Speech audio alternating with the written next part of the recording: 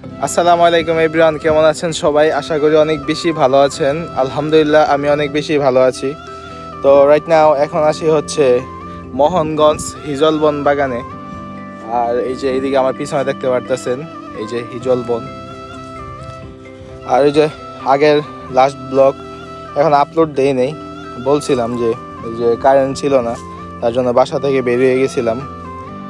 আর এখন আস্তে আস্তে একবারে আইসা পড়ছি হিজলবনে। আর এই যে আমার পিছনে দেখতেছেন হিজলবন, অসাধারণ একটা প্লেস। আমার অনেক ইচ্ছা ছিল যে হিজলবন আসবো শুকনা টাইমে, কিন্তু এখন হচ্ছে শুকনা টাইম। আর আমরা পানির সময় এই জায়গায় আসতাম, বুঝছেন, পানির সময় এই জায়গায় আসা হইতো, কিন্তু শুকনা টাইমে কখনো আসা হয়নি এই জায়গায়। আর আমরা 2 গাড়ি চলে আসছি হচ্ছে হিজলবনে। আর এই যে এই হচ্ছে হিজলবন, হিজল গাছের নিচে আছি। আর আমার কিন্তু অনেক বেশি ভালো লাগতেছে যে আসতে পারছি শুকনা টাইমে, কারণ পানির টাইমে অনেক ম্যাক্সিমাম আমি টাকার ঘাট না হইলেও মনে হয় 7-8 বার গেছি টাকার ঘাট। তো আপনাদেরকে ওই দৃশ্যটা দেখাই, সবাই দেখেন এবং এনজয় করেন। আর আমার ইউটিউব থেকে যারা দেখতেছেন তারা চ্যানেলটা সাবস্ক্রাইব করবেন, এবং ফেসবুক থেকে যারা দেখতেছেন তারা পেজটা ফলো করে দিবেন এবং সব সময় সাপোর্ট করবেন। তো চলেন আমরা ভিউটা দেখি। এই হচ্ছে গাইজ ভিডিও, অসাধারণ। এই হচ্ছে হিজলবন।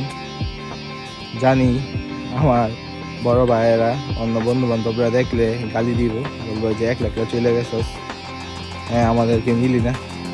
তো সরি, কারণ আমার কোন সময় কোন জায়গায় যাইতে মন চায় আমি নিজেও জানি না। আইসা পড়ি, হুটহাট বেরিয়ে পড়ি। আর এই যে দেখেন হিজলবনের কি ভিউ, অসাধারণ একটা দৃশ্যতে আছি আমরা এখন। আর বর্ষার সিজনে এই গাছগুলা কিন্তু পানির নিচে থাকে, যে আপনাদেরকে দেখাই, দেখলে বুঝতে পারবেন। এই যে দেখছেন, এই যে পানির দাগগুলা,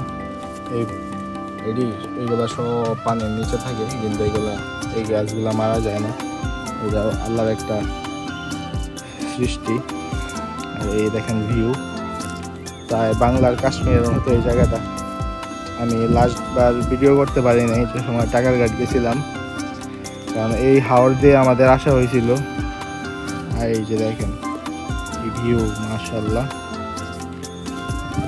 এদিকে গরু রাখছে, গরু ঘাস খাইতেছে। দেখেন অসাধারণ প্লেস। দেখেন হিজলবন, এই হচ্ছে হিজলবন, দারুণ লাগতেছে। তো বেশিক্ষণ দেরি করবো না, কারণ আজকে হচ্ছে শুক্রবার, জুমার নামাজ আছে।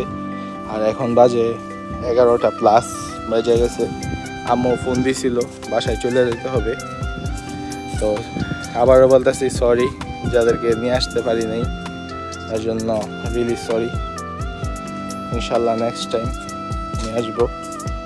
তো ভিডিওটা বেশি লম্বা করব না, সবাই সাপোর্ট করবেন। আর পেজটা লাইক করে দিন, ফলো করে দিন, আর চ্যানেলটা সাবস্ক্রাইব করে দিন। সবাই ভালো থাকেন। আল্লাহ হাফেজ, হ্যাভ ফান, পিস।